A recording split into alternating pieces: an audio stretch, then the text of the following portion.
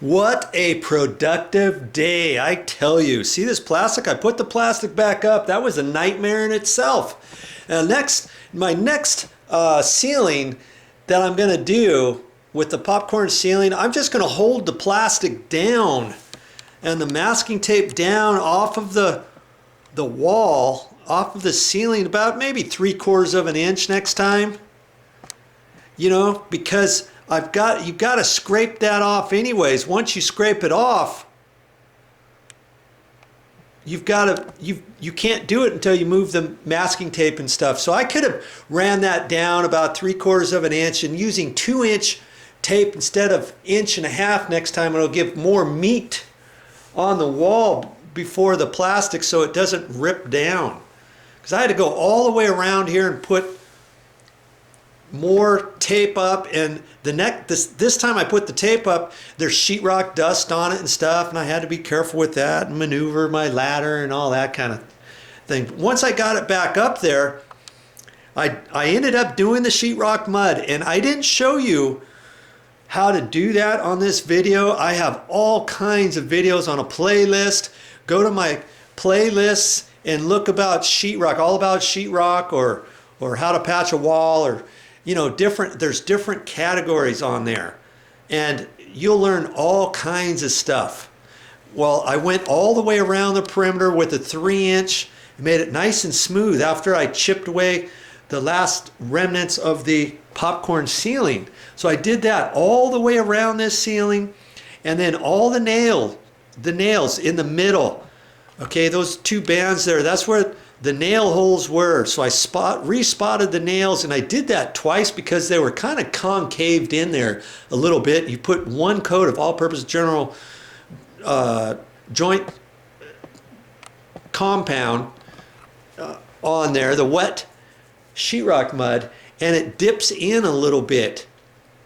You know, if your concaved area is too much, and it shrinks a little bit. So I put 2 coats on there, and then I went around all the belly bands. These are called belly bands, where 2 pieces of sheetrock fit together, and I skimmed that, and I went over from end to end on the room, and I floated that out, and I put some on both sides of the tape line to made the belly band a little bit wider, and then tapered it in, and also did some other ones. See, there's another one there along the wall there, and there's one over here, and there's one way up high here too.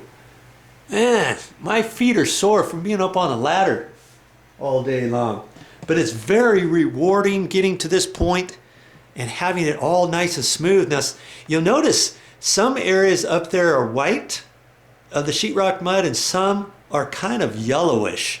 Well, the yellowish is where it's not dry all the way just yet. Okay? So I gotta wait for that to dry all the way. I don't want to get up there with a sander yet. I'm gonna take a sanding pole and sand this. And I was hoping to do that tonight, but I'm not gonna be able to because this is not dry enough. Okay, I'm gonna have to wait until the morning, and hopefully this plastic does not fall down again. I may start screaming and creating some new cuss words if this plastic comes down one more time. And that's the other reason why the first time you put the plastic up, if you run the masking tape about 3/4 of an inch down from the ceiling, then when I remove the popcorn ceiling, when you remove it, then you can get up there after you remove everything, then go around with a 1-inch putty knife and just kind of clean up the edge all the way around your walls, okay, before your plastic comes down during the night or anything like that, okay? And once I took the popcorn ceiling stuff off, I know all of my walls have to be cut in again, yes, because the popcorn ceiling went down onto the wall, and once you scrape that, see how it leaves all the marks along the sides? The top edge there? And that's because the popcorn ceiling was, I don't know, 1/4 inch thick or more. You have jagged little bits going all over the place on there. And so that had to be addressed. So what I'm going to do is I'm going to caulk that, and then I'm going to paint the ceiling, prime it, paint it, and all that. And then for the walls, I'm going to go back in and cut in. I have to cut in all these dark green walls. And luckily, I've got the paint for that, and then I've got the paint for this wall here too. So all of that I have to recut in. So you know what? I'm just going to leave the plastic exactly where it is. I don't have to take that plastic and or leave the plastic there and then put another row of tape up there flush with the ceiling so I can paint the ceiling so that the ceiling paint doesn't get on my walls, because all the walls have to be cut in. And there's a point for you. If you're going to be removing your popcorn ceilings, I hope you've got paint for your existing walls, because you're going to have to cut them all back in. You want to do things right, one step at a time. Follow my video and my suggestions, and you'll get your ceiling looking like a pro did it. Yet we all know that it was you who did it instead and saved that money. Now see, here's another reason why I took that ceiling fan down. You know, could you put plastic around it and ball it up with plastic and put tape around it and stuff? Yeah, then you're fighting that the entire time. And now, you know, I had to get up in there to put sheetrock mud up there. I would have been fighting the blades for that. Then I'm going to prime it. And I'll have to get up there above the ceiling fan for that. And then 2 coats of finish paint. You know, it just wouldn't make sense to leave that ceiling fan there. So even though it took me a few minutes to take the ceiling fan down, I know it was the right thing to do. Now I'm glad I had the craft paper down. I just put that down over the top of the plastic. Remember, the plastic goes all the way from left to right, you know, underneath this. But I ran that, and then I swept it up this morning. See the whole pile. Let's get you over here, not where the light is. I've got the light on because it's at night. It's 8 o'clock. You see that whole pile of stuff? Yeah. I swept it all up over there. That way I didn't have to traipse through this. The floor still has it all over the place, but at least that got me to where I could kind of work around here. Then I could scrape that up with a dustpan and put it in a plastic bag or something and throw it away more easily than if this was just plastic. Can you imagine if it's just plastic, you try to sweep all that stuff up and you would start gouging into the plastic? Well, I didn't have to do that. Okay, so the craft paper comes through once again.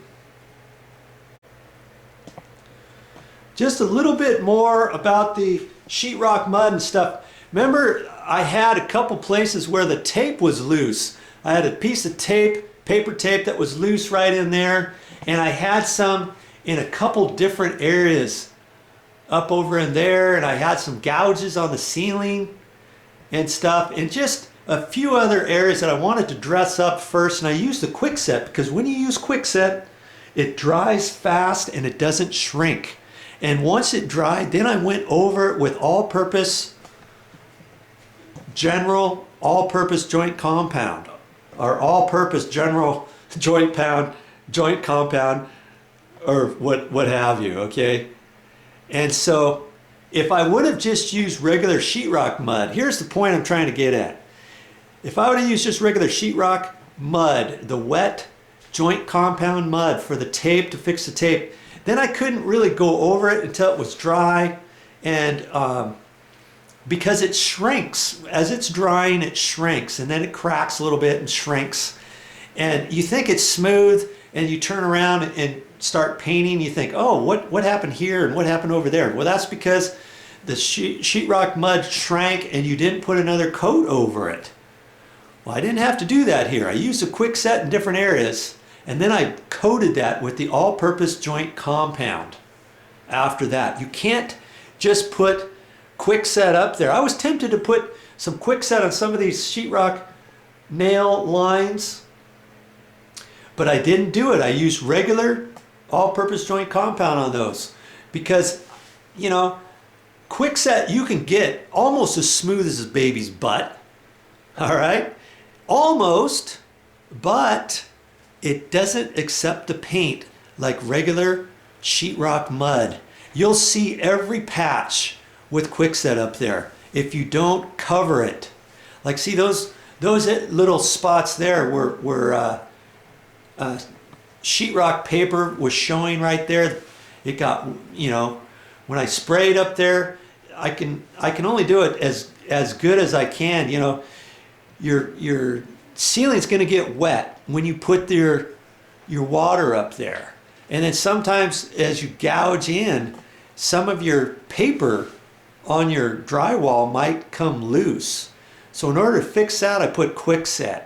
Now once that dried, then I coated that with the all-purpose joint compound. You've got to remember to do stuff like that, okay?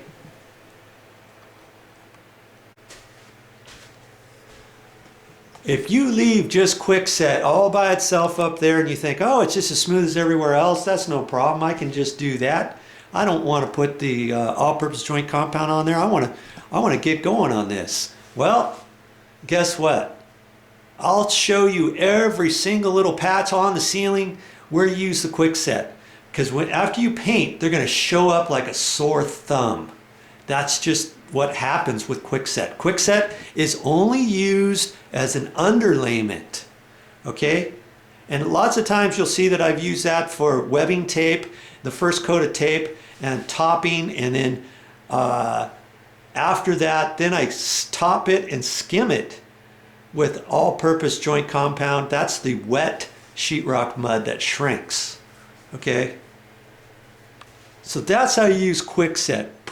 Use that for your underlayments, especially when you're doing patches. That's why I like to use quickset on my patches, because I can do the first 2 coats with quickset, and then it will dry in enough time that I can put my all-purpose joint compound over there, and I can do a patch in 1 day. You do it all with all-purpose joint compound, it may take you 3 days to do your patch, because each coat has to dry all the way, or else it shrinks in between coats as it's drying, and you've got to let it dry fully before you put the next coat on and the next coat. You know what I mean? That's why I use quickset, and that's why you should use it too.